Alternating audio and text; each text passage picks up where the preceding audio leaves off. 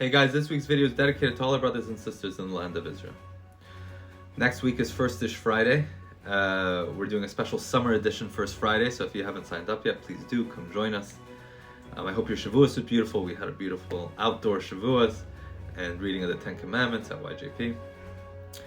Alright, this week's Torah portion is Parshat Naso. And it's actually the single longest Torah portion in the Torah. And it ends with a description of how God would speak to Moses.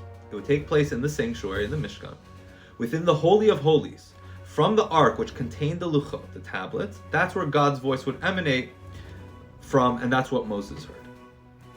But there was something miraculous. Rashi points out that God's voice would stop, was cut off at the entrance to the sanctuary. Anyone standing outside, all the Jewish people standing right outside, you could be 1 inch standing right by the entrance. You're right outside, you didn't hear a thing.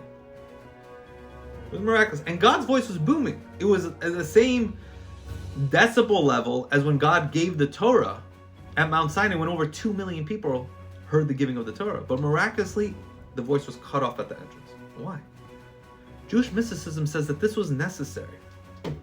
Why not have God's voice emanate, reverberate past the tent of meeting?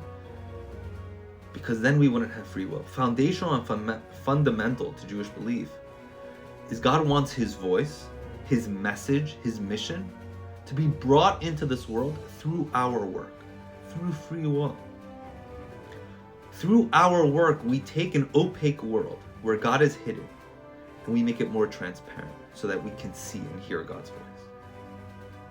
God's voice is like moments of inspiration. You can have repeated moments of inspiration. That's when you feel almost compelled to do the right thing, to connect with God.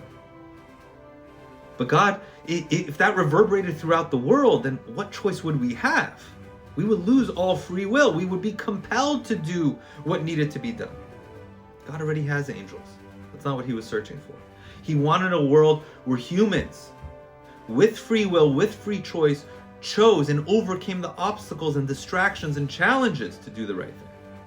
To take God's voice and reveal it into the world through our own work.